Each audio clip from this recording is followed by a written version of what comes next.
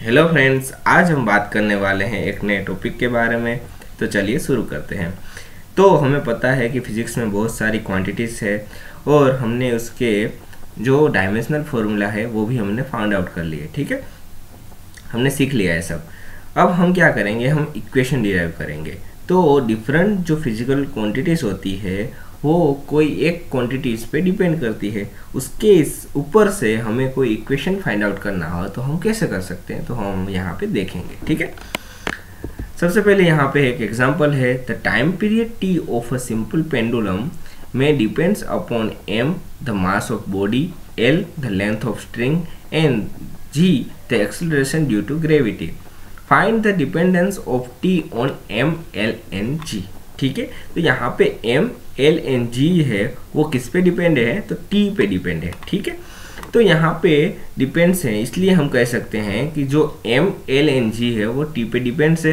तो यहाँ पे हम कह सकते हैं t directly proportional to m raise to a, l raise to b and g raise to c। हम यहाँ पे a b c क्यों ले रहे हैं, क्योंकि यहाँ पे हमें m के ऊपर क्या है वो हमें पता नहीं, यानी m स्क्वायर है या फिर अंडर रूट m है वो हमें पता नहीं है। तो इसको फाइंड आउट करने के लिए हम यहाँ पे m के ऊपर a, b के ऊपर l के ऊपर b और g के ऊपर c ले रहे हैं। आप l के ऊपर a ले सकते हैं, m के ऊपर b ले सकते हैं, वो कोई डिपेंड नहीं करता। ठीक है, तो यहाँ पे m के ऊपर a, l के ऊपर b और g के ऊपर c। हमें यहाँ पे प्रोपोर्शनलिटी निकालना है तो हम यहाँ पे कांस्टेंट ऐड करेंगे। तो यहाँ पे k है वो प्रोपोर्शनलिटी कांस्टेंट है, तो t is equal to k m raise to a, l raise to b and g raise to c। ठीक है, अब हम इसको डायमेंशनल फॉर्मूला में हम कन्वर्ट करेंगे। तो t का जो है वो होगा t कैपिटल T। यहाँ पे जो k है वो कांस्टेंट लेस है और डायमेंशन लेस है। फिर m जो है वो यहाँ पे मास है, तो मास का होगा m रेस टू a है तो a, l यहाँ पे लेंथ है तो l raise to b।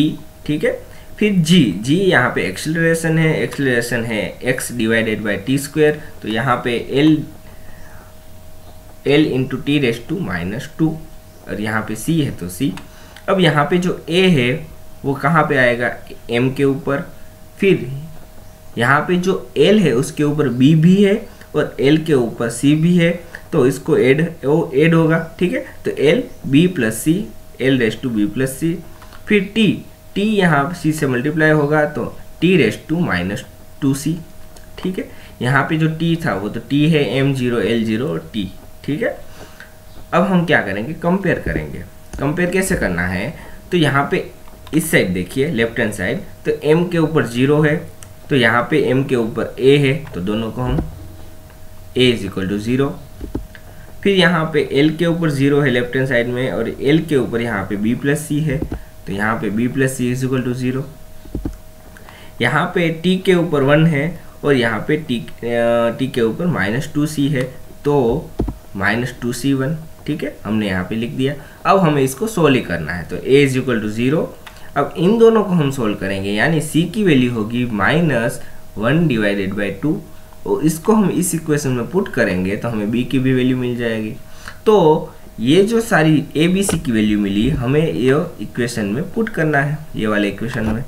So t is equal to k, m की वैल्यू m रेस टू 0 क्योंकि a की वैल्यू 0 है, l रेस टू b, तो यहाँ b की वैल्यू है 1 डिवाइडेड बाई 2 और g की वैल्यू यहाँ पे g रेस टू c, तो c की वैल्यू है माइनस 1 डिवाइडेड बाई 2। ठीक है, तो हमने यहाँ पे पुट कर दी।